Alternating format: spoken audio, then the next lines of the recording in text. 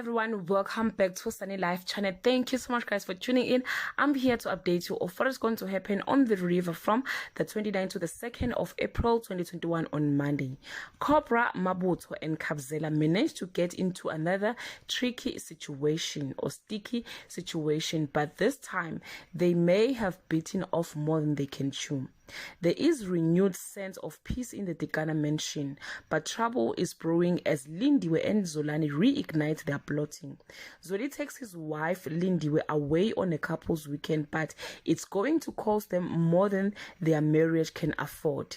And there is more drama for the three would-be criminals as the police investigation leads to their front door.